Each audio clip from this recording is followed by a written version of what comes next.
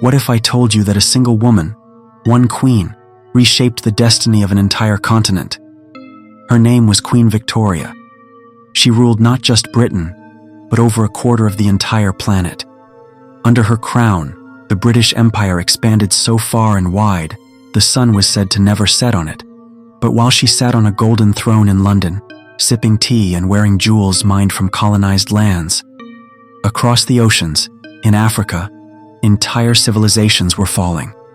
Empires like the Ashanti, the Zulu, the Edo, and the Matabele were being broken apart, not by armies alone, but by ink and paper. Maps were being redrawn. Borders were being created by people who'd never set foot on African soil. Languages were silenced, cultures erased, resources looted, and all of it happened during the reign of Queen Victoria. This is not just the story of a queen. This is the story of how Africa, rich, powerful, and complex, was sliced into pieces and fed to an empire. This is the story they don't teach in school, and the truth Queen Victoria left behind.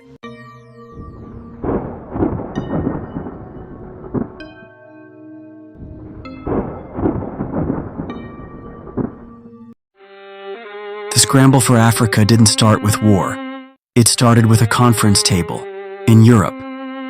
In 1884, European powers gathered in Berlin to divide Africa among themselves. No African leader was invited.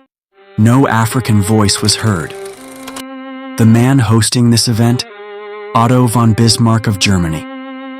But Queen Victoria's ministers were front and center, carving up Africa with ink and arrogance. They didn't ask. They didn't negotiate. They simply drew borders, like slicing a pie. In their eyes, Africa wasn't a continent full of nations and people. It was real estate. Nigeria was handed to Britain. Kenya followed. Zimbabwe, South Africa. Countries didn't emerge from struggle. They were assigned like territory cards in a game of Monopoly. These weren't peaceful partnerships. These were takeovers, enforced by guns, chains, and flags. Kingdoms collapsed. The Ashanti resisted and were burned. The Zulu fought and were defeated. The Matabele crushed. Britain alone claimed nearly a third of the continent. Gold, diamonds, rubber, cocoa, cotton, all extracted and shipped away. By the time Queen Victoria died, the British Empire had swallowed vast African lands, and her crown was heavier than ever, not just with jewels, but with blood. In 1889, Queen Victoria signed a royal charter, a document that gave one man, Cecil Rhodes, power to act like a king over parts of Africa. That charter created the British South Africa Company, and it gave Rhodes the legal right to seize land, extract resources, and raise private armies, all in the name of empire. This wasn't about peace. It was about gold and diamonds. It was about controlling Africa's wealth at the source. Rhodes didn't come with treaties. He came with rifles and contracts written in English, documents most locals couldn't read, but were forced to obey. Entire communities were evicted from ancestral lands to make room for British mines and white-only settlements. Africans were forced into brutal labor, digging into the very earth that belonged to their ancestors, while Rhodes built one of the largest fortunes the world had ever seen. Those who resisted, they were shot, imprisoned, or burned out of their villages. Some were even forced to pay taxes to the same company that stole their land. And through it all, Queen Victoria's name stood tall on every letterhead, every document, every law. This wasn't rogue greed, it was imperial policy, approved by a queen.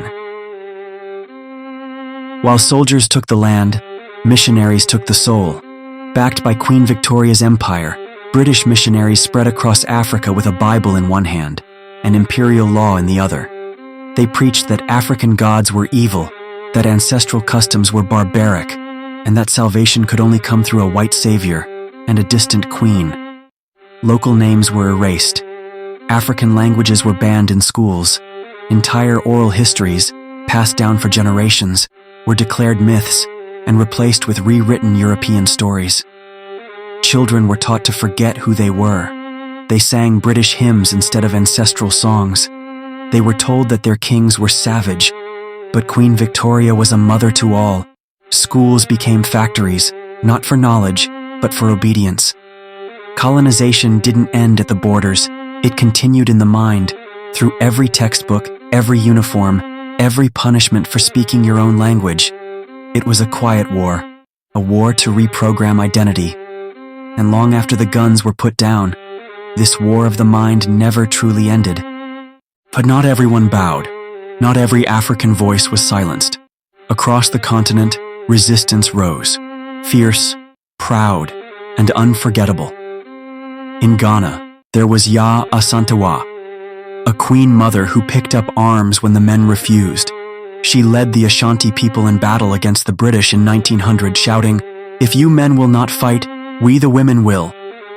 In South Africa, Shaka Zulu transformed his tribe into a military powerhouse, revolutionizing African warfare and building one of the most feared kingdoms in southern Africa. In West Africa, Samurai Toure led a guerrilla campaign that lasted nearly 20 years, resisting French domination with cunning, strategy, and unmatched courage. These weren't rebels. They were freedom fighters, warriors of identity and land. Their stories were buried in British textbooks, in European museums, and even in African classrooms. But resistance, once born, never dies. From their courage came a fire that would later ignite the dream of Pan-Africanism, the dream of an Africa that speaks for itself, rules itself, and never bows to a foreign crown again. Queen Victoria died in 1901, but the borders her empire drew across Africa still remain, etched in maps and in memory. These weren't natural boundaries. They were colonial lines, slicing through kingdoms, splitting tribes, separating families. Ethnic groups like the Yoruba, the Iwe, the Somali, and the Hausa were suddenly divided between different countries, languages, and flags, all without their consent. The continent was fractured not by choice, but by imperial design. Today, many African nations still live within these unnatural colonial borders, fueling conflicts, identity crises, and disunity. British-built railways still run across African soil, but they were never built for Africans. They were built to extract and export gold, cocoa, diamonds, and people. The court systems, the constitutions, the English language, all legacies of colonial rule, still shape African governance today. But so do the wounds of stolen pride, the wounds of erased identities, the wounds of being told that your land, your name, your gods were not enough. And even now, over a century later, the debate rages on. Was Queen Victoria a symbol of progress or a symbol of oppression? Did her empire bring order, or did it simply rewrite the story of a continent in someone else's ink? Queen Victoria never set foot in Africa, yet her name is written across cities, schools, and government buildings, from Lagos to Nairobi. Her power, her policies, and her empire left footprints that never faded.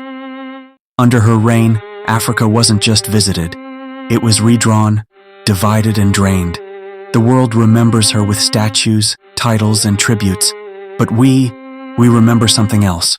We remember the cost paid in land stolen, in languages erased, in lives destroyed, and histories rewritten. For some, she was a queen of expansion, but for Africa, she was a queen of disruption. If this truth moved you, don't let it end here. Like, share, and subscribe, so others can hear the stories they never taught us in school. Drop a comment. Was she a builder or a breaker? Because real history isn't always royal.